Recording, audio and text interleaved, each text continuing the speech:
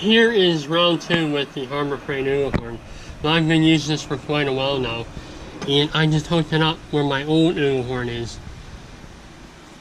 And now I know that this horn does not compare to my original Ooga horn, but I've grown pretty used to it, so let's give it a try so you can hear it without looking at any more of the video so you know.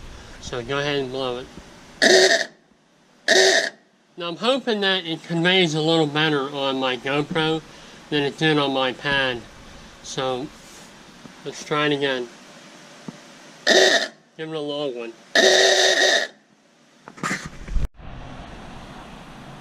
Okay, go ahead.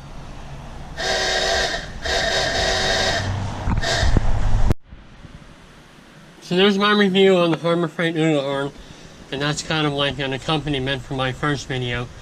And hopefully the sound in the distance conveys the actual horn sound better than the first one I did when we were all up close.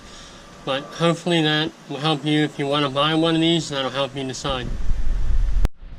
One final thing. I know keys in the last video were a big thing, and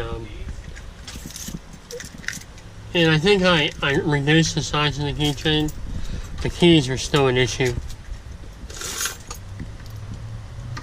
Always keys, tons of keys. Keys everywhere. But I think this is okay though. Not a lot of keys, it might be alright.